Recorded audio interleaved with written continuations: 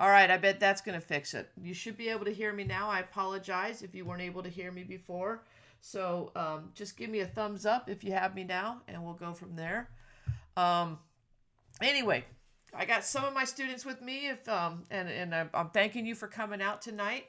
But we are going to be covering everything we can tonight to help you get ready for tomorrow's exam. Now, I'm not going to try to reteach uh, the entire year. There's just no way I can do it. But my initial plan for my students who are with me was I was initially going to start with time period 9, and then I was going to go through the other time periods, just touch on them or answer questions that you have. I'm gonna call an audible on that. I'm not gonna do that tonight just because it was gonna get confusing going from 9 to 1 and all this other stuff. So essentially, I'm just gonna start at the beginning and let you guys ask. If you have any questions you want to ask, feel free to ask them, and I'll do my best to answer them as we go. If you can answer each other in the chat, feel free to do that because teamwork makes the dream work. So we're just gonna go ahead and get started. So what we're looking at is going into this exam tomorrow, just so you guys know, just to refresh your memory, multiple choice, short answer questions, and then 2 essays, an LEQ and a DBQ. The multiple choice is 55 questions. You have 55 minutes to do that. You have 3 SAQs that you're going to do, and you have 40 minutes. I think I was saying 50 today, and I don't know where I got that, but you have 40 minutes to do the SAQs, which for my students, that's plenty of time. You guys will nail that. You guys have been doing SAQs all year, and I'm sure any class who's been doing AP US history or any US or any AP history class has been doing SAQs all year long, so no worries there. And then you're going to have 100 minutes to write your LEQ and your DBQ. So that's going to be what we're doing here.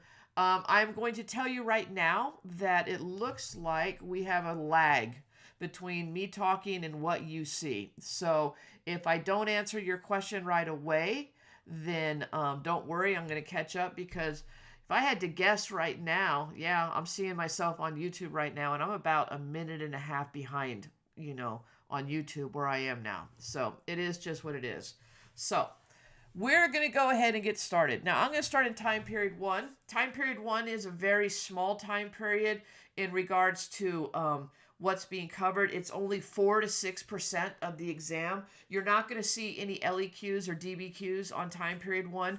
What you might see is that time period kind of inch its way into an LEQ period or something like that, where they'll give you a prompt that goes from like 1600 to 1670 or something like that. So there is the propensity for the time period to be in some of the writing questions, but they won't be the main focus of those questions.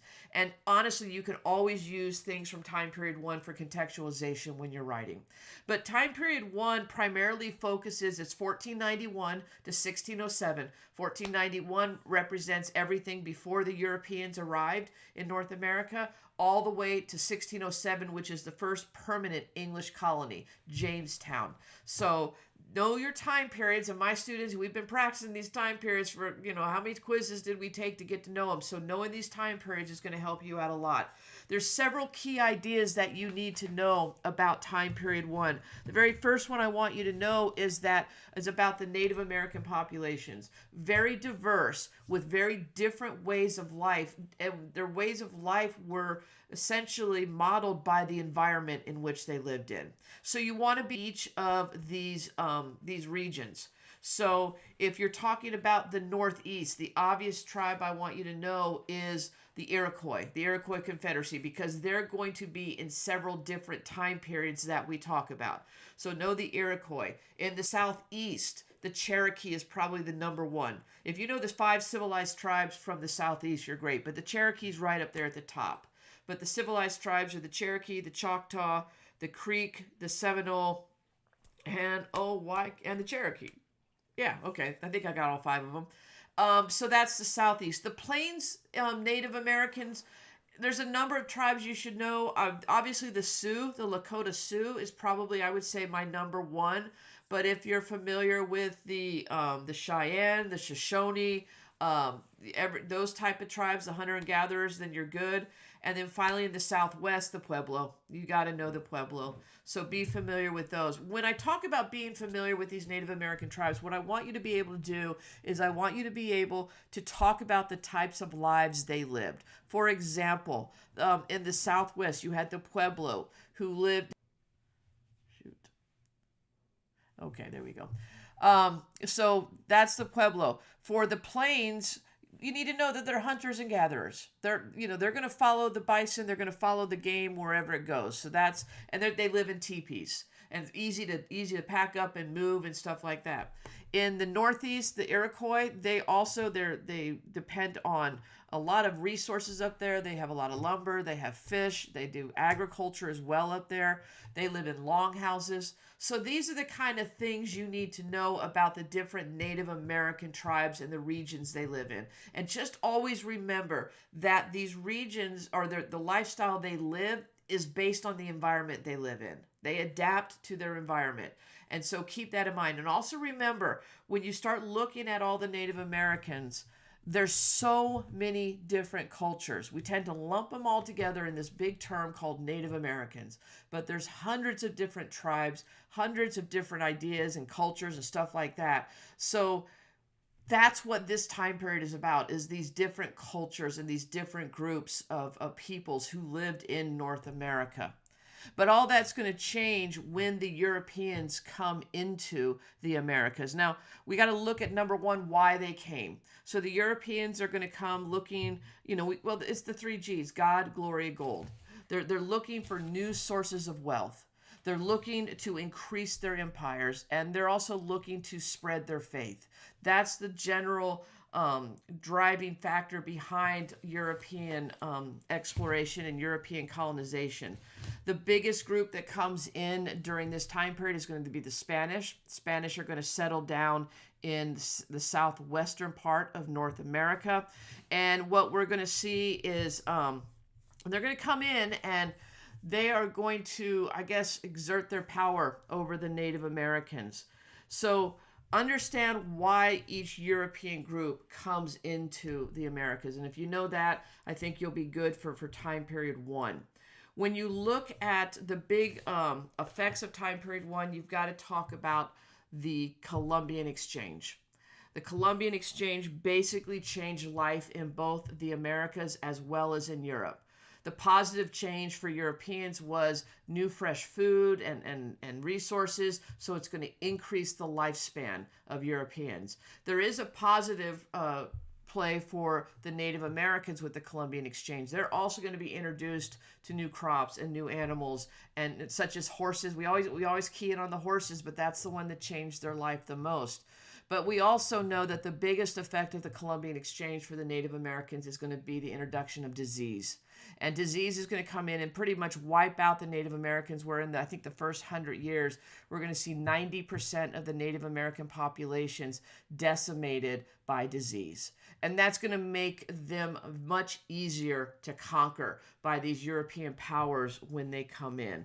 So understanding the effect of the Columbian Exchange, that is a direct effect of the Europeans arriving, and what happens to both sides of the ocean after the Columbian Exchange is implemented between these societies.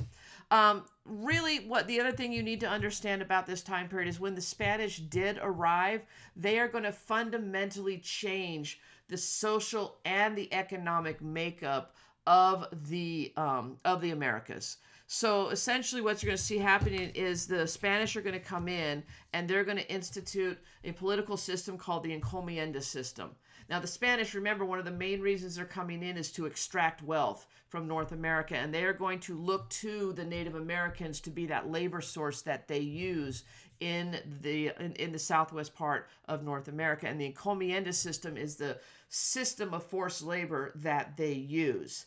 Now, this is going to work for a while, but remember I said one of the biggest effects of Europeans arriving in North America is the fact that they bring disease.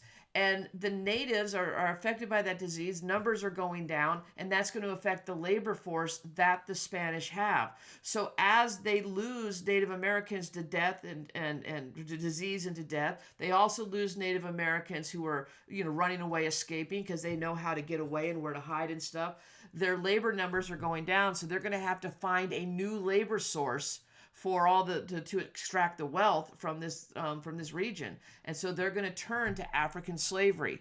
So you're going to see a shift from the encomienda system to a system of chattel slavery here in North America. So it's going to be the Portuguese who bring over the first African slaves, and it's going to be the Spanish who implement the first African slaves here in North America. You're also going to see the creation of a caste system in North America, an hierarchy within the Spanish colonial system. Now, at the top of that hierarchy is going to be the Peninsulares. These are men of pure Spanish blood. But then what we're going to see is we're going to start to see cultures coming together and creating other layers of hierarchy within the Spanish colonial system. You have the mestizos, which is a cross between Spanish blood and Native American blood. You're going to have the mulattoes, which is a cross between Spanish blood and African blood. So you're going to have this hierarchy, this caste system that's going to be implemented by the Spanish. And I always tell my students, and I'll tell you, that one reason why this caste system is so important is because we're going to see it duplicated in the Southern society as well, and to a point we're going to see it duplicated in the New England societies. Not to the extreme, but that becomes part of the colonial system for the English as well going forward. So that's kind of the big thing. Now, over time, you are going to see a shift in the understanding between the Native Americans and the Spanish. You're going to have people like Bartolomé de las Casas, who is going to start arguing against the encomienda system and the use of Native Americans as slaves. And what you're going to see is you're also going to see a shift in the treatment of Native Americans after the Pueblo Revolt. So between De las Casas, between the Pueblo Revolt, the Spanish are going to start to loosen a bit of their control of the Native Americans, in the sense that they're going to allow their culture to be expressed and stuff like that, because the Spanish need the Native Americans. There's no doubt about that. So you will see over time there's going to be, their interactions are going to start to, I don't want to say soften, because it was still very hard on the Native Americans, but it's going to absolutely start to change the relationship between the Spanish and the natives. So there is your 50-cent version of time period 1. And like I said, I know I'm a few minutes ahead of you as far as the lag from live to YouTube. So if you have questions from time period 1, always put them in the chat, and I'll be happy to circle back and answer those for you. But I am going to go ahead and move on to time period 2 at this point. Now, time period 2 starts with 1607 and goes through 1754. 1607 marks the first year of the English colonization, permanent English colonization, with the colony of Jamestown being founded. And we're going to take this next time period all the way up to to 1754. And 1754 marks the beginning of the 7 Years' War, or the French Indian War. So what you have to understand is that when the English come over in this time period, they are just following other colonizing powers that are already here. We know the Spanish are already here, but the French have come in too, and the French are coming in, and they're coming in for different reasons than what the Spanish did. Remember, the Spanish came to extract wealth, they came to build communities, they came to build their empire, if you will, by land, taking control of land. The French are looking more economically at North America. Now, they still have their version of God, glory, and gold, but they're not looking to build these huge permanent settlements. Their settlements are made up primarily of trading posts, because what they're doing is they're focusing on the economics of the New World, and specifically the fur trade. The fur trade is going to be their version of gold in God, gold, and glory. And so they're going to come over. Now, they are going to try to convert the Native Americans. That's part of their mission, to come over here, just like the Spanish. They want to share their faith. But it's not going to be like the Spanish. With the Spanish, under the encomienda system, they expected the Native Americans. They actually ordered the Native Americans that you are going to convert to Catholicism. And they're going to use the mission system to try to get that done. The French are going to send over Jesuit priests. The Jesuit priests are actually going to live amongst the Native Americans, and they're going to offer to share their faith, but it's not going to be in the same forceful manner that we saw it with the Spanish. So the French are going to come in and they're looking to trade. They are going to also intermarry with the Native Americans, also for economic reasons, because what they, sorry, my dog is into something. Because what they do is they intermarry with the Native Americans looking for not only trading partners, but guides to help them find the fur and the animals they need to trap and take back to Europe. So the French, they're going to claim a lot of land in North America, but they don't inhabit a lot of land. And later that's going to make it difficult for them to hold on to it. The Dutch, they're going to come in. We don't talk a lot about the Dutch. They're also looking just as an economic investment in North America. They're going to build a trade empire throughout the world. And modern day New York, which they referred to as New Amsterdam, was their hub here in North America. They too got involved in the fur trade like the French, because they're up in the northeast part of North America, where a lot of animals are available for trapping and stuff like that. But really, the group we want to talk about that really makes the crux of Unit 2 and honestly carries us through the rest of this this journey we take through U.S. history is going to be the English. Now, the English, very similar. They have the same type of goals, but they define their goals differently. So when we look at God, glory, and gold, we're going to start with gold. They too, I mean, their first colonies are all centered around economic growth, getting money back to the mother country. But we're also going to see colonies that are going to be founded based on religious values.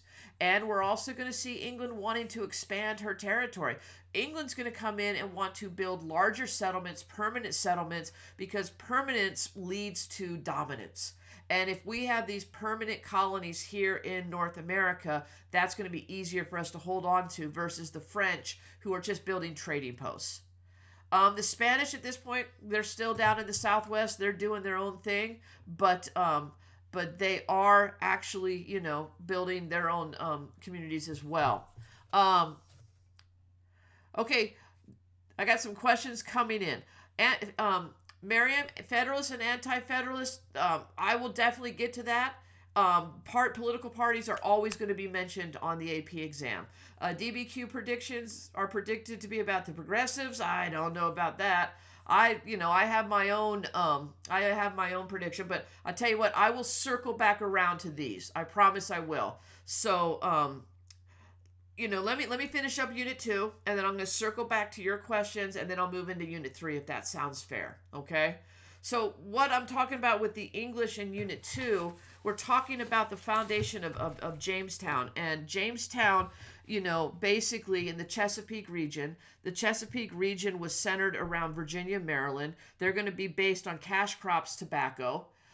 So those are the first colonies to come in. You're going to have the New England colonies like Massachusetts. New England colonies are centered around religion. So specifically, the Puritans are going to come in, and they're going to start their own colonies, seeking the opportunity to escape religious persecution in England. You're going to have the Carolinas, which all are part of the southern colonies, and all the southern colonies are here for money. That's what they're all forming for. And then you also have, between the New England colonies and the Virginia or the Chesapeake colonies, you have the middle area. And the middle area is kind of a mix of both. The middle colonies, you're going to have people who are coming looking for religious freedom, or such as the Quakers in Pennsylvania. But you also have